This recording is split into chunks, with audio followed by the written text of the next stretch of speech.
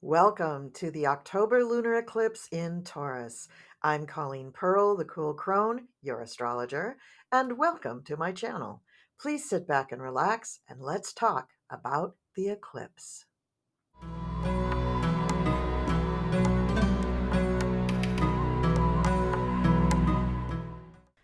The full moon lunar eclipse will occur on October 28th at 8:23 p.m. Eastern Daylight Savings Time. This full moon lunar eclipse is the last in the sign of Taurus. It's a north node eclipse and so will herald a beginning. Eclipses always usher in or out a chapter of our lives, so be ready for this change. Wherever you have any points or planets in fixed signs from 3 to 8 degrees, you will feel it. So look back to the year 2004 to see which area of life this eclipse will alter. Mars and Jupiter will be involved with this eclipse, so you will have a tug of war between your impulse to fight and your impulse to rule. Jupiter, with the moon in Taurus, will bring about feelings of comfort. You will enjoy great comfort, but Mars, opposing all this, will cause stress, strife, and possibly a fight. The change that comes about from this eclipse will not involve Pluto, thank goodness, so there won't be a huge sacrifice. However, you may feel deeply wounded in the aftermath. I don't like the configuration of Mars facing off with Jupiter. The bruising from this event will not cause permanent damage. Venus will see to that. But there may be some bruised egos, as well as some noses out of joint afterwards. I'd say that after this one, you may need some time to recover. And as you do, you'll begin to see that everything worked out for the best, even if it was a little painful for you. Planetary aspects for the lunar eclipse. Sun conjunct Mercury. Sun will be at 5 degrees Scorpio, 9 minutes. Mercury will be at 10 degrees Scorpio, 42 minutes. We're very subjective and creative under this Cassimi Mercury. We express our ideas eloquently and artistically. This can be a brilliant moment for an artist, or a time when there's too much mental stimulation for one to stand, causing you to retreat. If you can stand it and muster your creative expression at this time, it will be very, very good. Sun conjunct Mars. Mars will be at 11 degrees Scorpio, 22 minutes. There is a lot of energy here, and that usually means fighting. Depending upon the other aspects, in Scorpio, it could be covert or strategic fighting, but nonetheless, fighting. Lots of confidence, so parties on both sides are convinced they are in the right. Sun opposite Jupiter. Sun at 5 degrees Scorpio, 9 minutes. Jupiter at 11 degrees Taurus, 14 minutes retrograde. Idealism and support for dubious movements or ideas, that's what this aspect brings. People will cling to their chosen idol and fight on for them either with words or swords. No ease or backing down here, but they will be adamant. Sun trine Saturn. Saturn will be at 0 degrees Pisces, 32 minutes retrograde. Now this aspect gives staying power to those people who are working hard on their cause. They will be very responsible, but unfortunately may lack confidence in their own abilities. And this means with the aspect to Jupiter, they will imbue their idols with even more power and more power over them. More reasons to support the idol and believe anything they say. Sun square Pluto. Pluto's at 27 degrees Capricorn, 58 minutes. With both Mercury and the Sun squaring Pluto, we are experiencing some powerful energy. This is when we'll be hearing from opinionated, stubborn people expounding on their own hyperbolic theories, which could be dangerous. For example, claims of a new breakthrough in the Hunter Biden investigation, another claim of impropriety or even criminal activity on the part of one of the judges in Trump's court cases. Just something that someone can hype and use to scare people or make them angry. That's going to be the result of both Sun and Mercury squaring Pluto for a couple of days, so buckle up. Moon opposition Mercury. Moon's at 5 degrees Taurus, 8 minutes. Mercury is at 10 degrees Scorpio, 42 minutes. This brings memory issues and gossip. Given all the aspects I've already mentioned, we may have a gnarly gossip problem here. People will forget what they said previously, but they will be happy to spread rumors even if they're not true. So this does not help the public arena because people don't know what to believe. Again, the Jupiter and Mars aspects will fuel more fire and cause people to want to come to blows to show that they believe their fearless leader. Ugh, not great. Moon opposition Mars. Moon's at 5 Taurus, 8 minutes still, and Mars is at 11 degrees Scorpio, 22. Ruthlessness and indecision cause emotional tension among many people and groups. Conflicts at home, more tension, manipulating others with bossy tactics. This causes more and more tension in the public square. Moon conjunct Jupiter. Jupiter's at 11 degrees Taurus, 14 retrograde. Now, two camps will emerge under this aspect. One, kind, generous hosts who help others and house and feed them with no thought of reward. And the other, very demanding people requiring homage and special treatment. No bueno for our contentious political scene. Moon sextile Saturn. Saturn at 0 degrees Pisces, 32 minutes retrograde. This gives us a little bit of emotional stability, but it can also curb the imagination, which may be a good thing given the other aspects surrounding this eclipse. Let's hold off on judging this one and just be thankful that Saturn is stepping in to level things out and calm the waters. Moon squares Pluto. Moon is still at 5 degrees Taurus, 8 minutes. Pluto's at 27 degrees Capricorn, 58. Deep, deep feelings are expressed now, and this may have a big impact on relationships and loved ones. We can't help ourselves now. We just have to talk it out and let them know how we feel. Also, we're looking for explanations as to why we feel this way. Psychology, occultism, alternate types of groups and lifestyles. Sometimes we simply blame our partners for the way we are feeling. We are striving to accept ourselves as we are, and often our relationships reflect that very well. In order to accept ourselves, we may need to make some adjustments in our relationships, and that could mean that the relationship will either grow or end. After all, this is an eclipse. Mercury conjunct Mars. Mercury at 10 Scorpio, 42 minutes. Mars at 11 Scorpio, 22 minutes. Plans of war are afoot. If you're sensitive to this one, you may find yourself plotting and planning, creating a mastermind design for some very secret plans. You could be planning a renovation of something like a relationship or your retirement, but you will be planning and plotting something. Now, out in the world, we may find that more plots like the J6 event could be underway. Not that they'll be executed, but the plans may be under construction.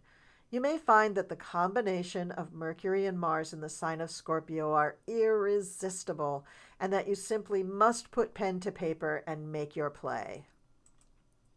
Mercury opposition Jupiter. Mercury still at 10 Scorpio, 42, and Jupiter at 11 degrees Taurus, 14 retrograde. Extremist theories, extreme thinking, people going off on a tangent. With the rest of the zany stuff going on, this does not help. Venus trine Uranus. Venus at 18 degrees Virgo, 48. Uranus at 21 degrees Taurus, 42 retrograde. Constant change, a need for the new, an easily bored persona, although this is usually a very harmonious and innocuous aspect. Given what else is going on, it could push emotions over to the extreme side. Venus in opposition to Neptune. Neptune will be at 25 degrees Pisces, 17 minutes retrograde. The power of emotions under this aspect may cause some to make bad choices or become involved in difficult situations. Fantasy usually plays a role when Neptune's involved, and in this case, their lack of initiative may actually work in their favor. This can also cause some to become a bit lazy when working on a relationship. However, for artistic pursuits, this aspect is fantastic and leads to inspired fantastical creations. But Because of Neptune's involvement with so much war, I really worry about this aspect, given all the other very volatile aspects that we're going to have on this eclipse. So I love that Venus is opposing Neptune. That's going to calm things down quite a bit, but it still bothers me. Mars opposite Jupiter. Mars is at 11 degrees Scorpio, 22. Jupiter is at 11 degrees Taurus, 14 retrograde. Oh, unfortunately, this makes people have extreme reactions to issues in the news. Reckless actions may lead to long-lasting consequences. This is the desire to hold on to property, money, and power, which can be irresponsible and irresistible. Others may react to this aspect by focusing on idealistic movements and groups, and still others may just want to take an exciting vacation. Uranus sextile Neptune. Uranus at 21 degrees Taurus, 42 retrograde. Neptune at 25 degrees Pisces, 17 retrograde. The strong will help the weak. With Taurus and Pisces in the mix, the stronger party will acquiesce to the other party and allow them to exit with some grace. It may seem like a bolt from the blue, and it is divinely guided. Uranus trine Pluto. Uranus is at 21 degrees Taurus, 42 retrograde. Pluto is at 27 degrees Capricorn, 58 minutes. There is a sense of duty here, fulfilling one's destiny, speaking to one's higher self, and going with the flow of divine guidance. Ultimately, this huge change brought about by the eclipse may also bring some personal transformation that is so needed on a very deep level. Whatever happens, be grateful for your blessings and know that when you walk with angels, you are protected in all ways, even if it hurts. Neptune sextile Pluto. Neptune at 25 Pisces, 26 minutes retrograde. Pluto at 27 degrees Capricorn, 53 minutes. Now, this is the beautiful sextile that has been with us for all of 2023. It supports all the diplomatic efforts for our country, and it connects with the U.S. chart very, very well because Neptune is in a very fortuitous spot in the U.S. chart, and Pluto is on our natal Pluto. And now let's go to predictions for all the signs, starting with Aries. Oh, that's very busy, isn't it? Well, it's Aries. Okay, so Aries. The moon will be in the second house. The sun will be in the eighth. Your talents and resources are getting a major upgrade. Don't miss the opportunities that are waiting for you. You may feel that you also need to look at your long-range investing goals or retirement plans. You and your partner may be disagreeing about all financial plans, and there may be an issue here with intimacy. A transformation is about to take place where it comes to big money, sex, death, and taxes. And Taurus, for this eclipse, the moon will be in your first house, the sun in your seventh house. You are in the hot seat. Something major in your life is going to change. Your look, your image, your brand, the way you manage things in your life. Also, your partner, if you have one, will feel this transformation keenly. Very much pulls in your partner to this eclipse, so look for things to be reflected in your relationships. Gemini. The moon will be in the 12th and the sun will be in the 6th. Bizarre dreams and intuitive flashes may begin to haunt you a few days prior to this eclipse. You will doggedly ignore them until, boom, they become too strong and too strange to ignore. Intuition is a gift, so don't ignore it. Use it. As a social animal, Gemini, you should love getting some extra dirt on people. It will give you more to talk about. However, this may be the awakening you've been waiting for. It doesn't have to change you completely. Think of it as a nice new shiny accessory to wear whenever you like. Having the means to know things before they happen can be fun and entertaining. Just don't use the information you get against people in a negative or manipulative way. And now on to Cancer.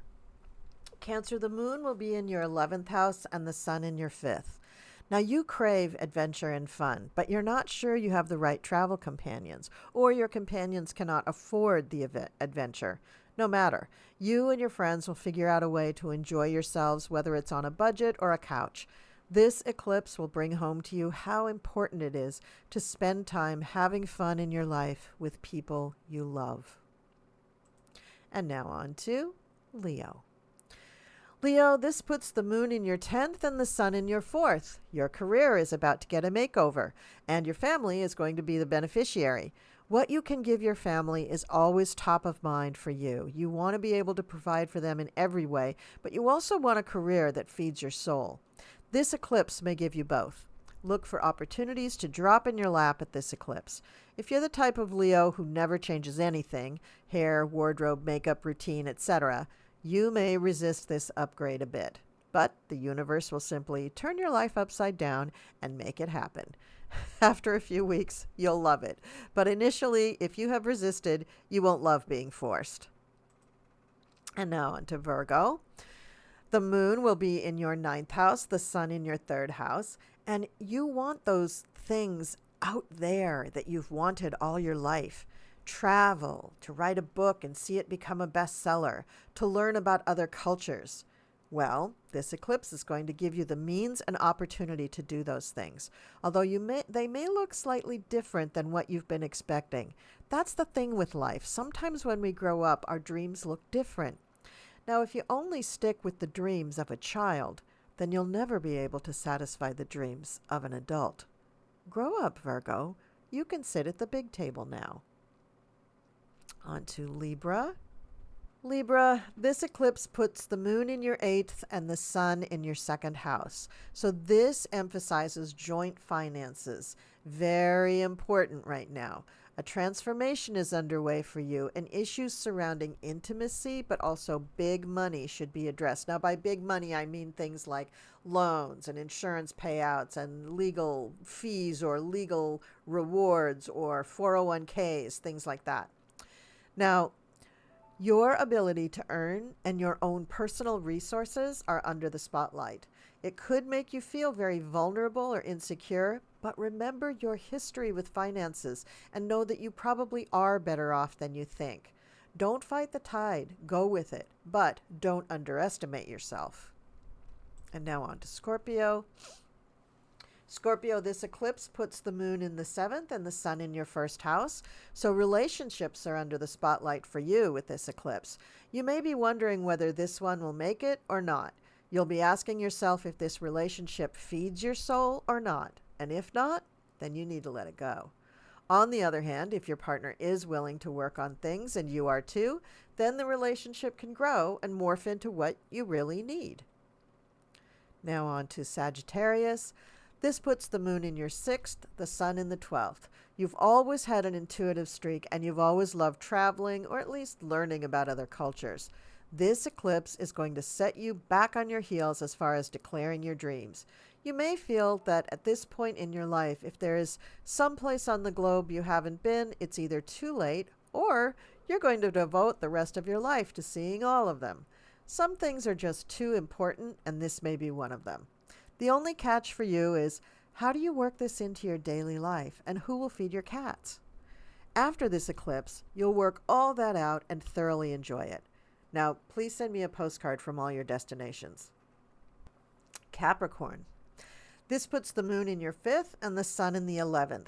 You want to leave behind a legacy worthy of Capricorn, but that doesn't mean you have to sacrifice daily quality of life. You know very well that you should schedule more fun in your week, but you rarely do you, Capricorn? And often you feel if you put in more volunteer hours at the foundation, it will somehow equal more fun. I don't quite understand that, but I get it. I have Capricorn rising too. So I know it isn't easy to parse out time for fun, then giving, then family, then me, etc. It's all too much. So I throw it all into the work bucket, and then it feels easier.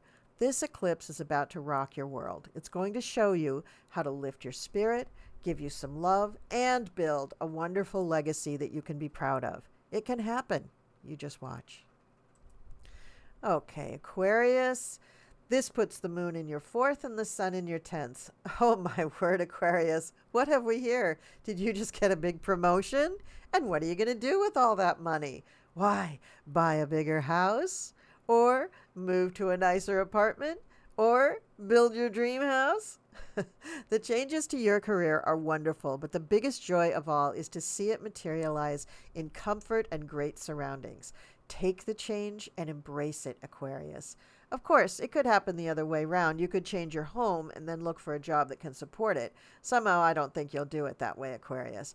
I do see that you will be gaining some accolades in the career department, resulting in more money, resulting in a nicer domestic situation. You're welcome, says the universe. Pisces. Pisces, this puts the moon in your third house, the sun in your ninth house. You're going to enjoy this eclipse, Pisces, because the changes will be more gentle for you. Changing how you learn, what you study, how you relate to your siblings and neighbors. But the grand accolades will come from the papers you publish, or the trips you plan or take, or the new website you build. You will transform yourself from the mind out, which will blow your mind and please you greatly. I don't see you resisting the changes to come. I see you embracing them. So that is what I have for you. That is everything about the lunar eclipse in Taurus in October. Thank you so much for watching. Now don't forget, up on my channel now, I have 2 other eclipse videos, one about the solar eclipse that happened earlier in the month, and a general information video about what eclipses are that will be very informative for you and help you to navigate this eclipse season. I'm sure you'll enjoy them. In the meantime, take care. Thank you again for watching, and I'll see you next time.